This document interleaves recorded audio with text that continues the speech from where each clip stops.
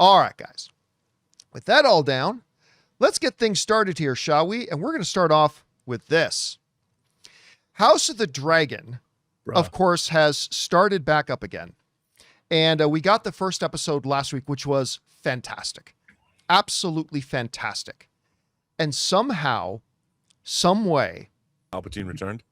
Palpatine has returned. But somehow, some way, they found a way to top it. As we got episode 2 last night, that absolutely riveted me.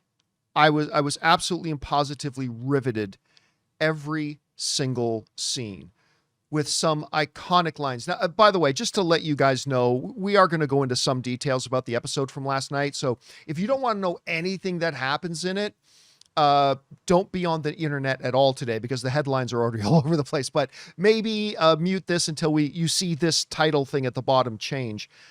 But man, I'm telling you,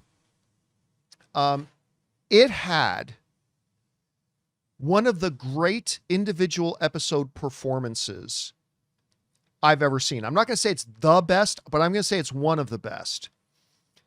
The way Rhaenyra played everything from entering the castle, taking the throne, but by far the best part is when she walks into the room where they just brought Jace's body into.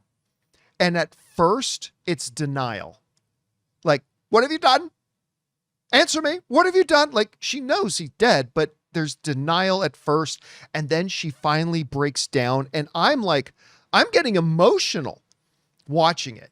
Like, it actually moved me the way she played. And of course, that iconic line, if this be victory, may I never win again, or whatever that line Corlys gave.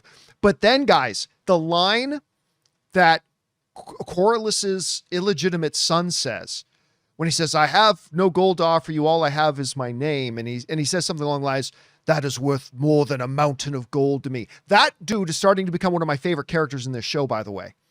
That dude who plays his first mate, illegitimate son and all that kind of stuff. He's becoming one of my favorite characters in the show. To the WTF moment at the end when Alicent walks back into the room.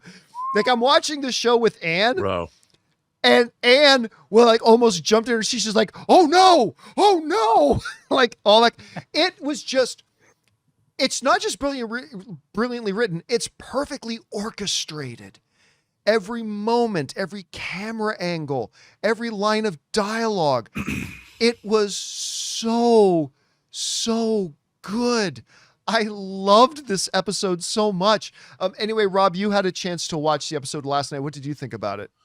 Well, like you, I thought, was this going to be like a quiet episode where everybody's regrouping? And there's a shot in the beginning when you see a body floating on the water from underneath the water, and a dragon just flies overhead, still strafing the gullet.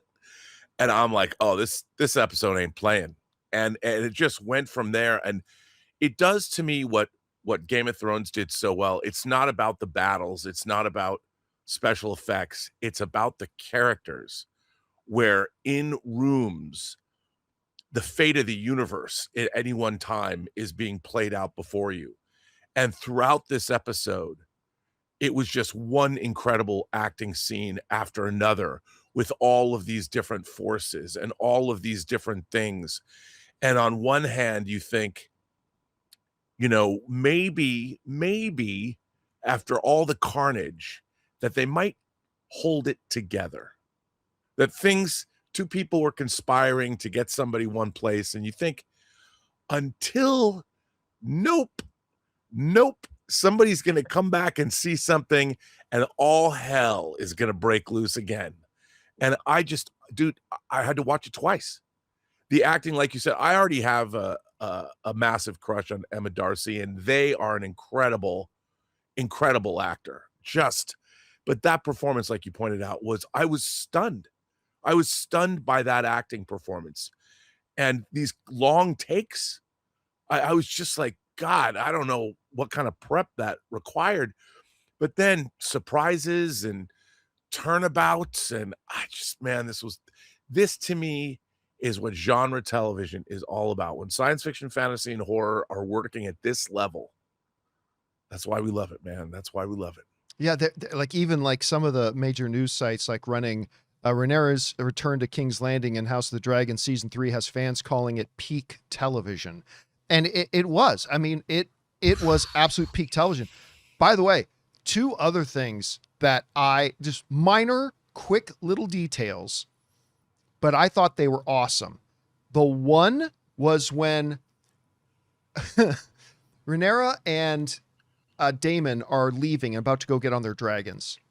And, the handmaiden says to Rhaenyra, don't forget which one has been faithful to you. And and Rhaenyra walks away. And as Matt Smith, did you catch this? As Matt Smith is walking past her, he does this little smirk. Oh, it was like only Matt Smith can pull that off. And I just about died laughing. But the second one is when Otto's like, let Daemon do it. I don't want to be hacked to death. And sure enough, Rhaenyra's first one doesn't do it. And all you hear is Otto's, it's like, oh God, this is horrible. Man. I'll tell you what, I have been a ardent defender of this show from season 1. I will vehemently defend season 2. I thought season 2 was brilliant. And this season has been so far only 2 episodes in, but utterly fantastic. And I cannot wait to see where they go with this. Anyway, guys, question is for you. What did you think about the second episode of House of the Dragon season 3? Maybe it didn't hit you the way it hit us. Maybe it didn't quite work for you, but for us, it was pretty damn amazing. Whatever you guys thought, jump down into the comment section below and let us know your thoughts. All right, guys. With that down,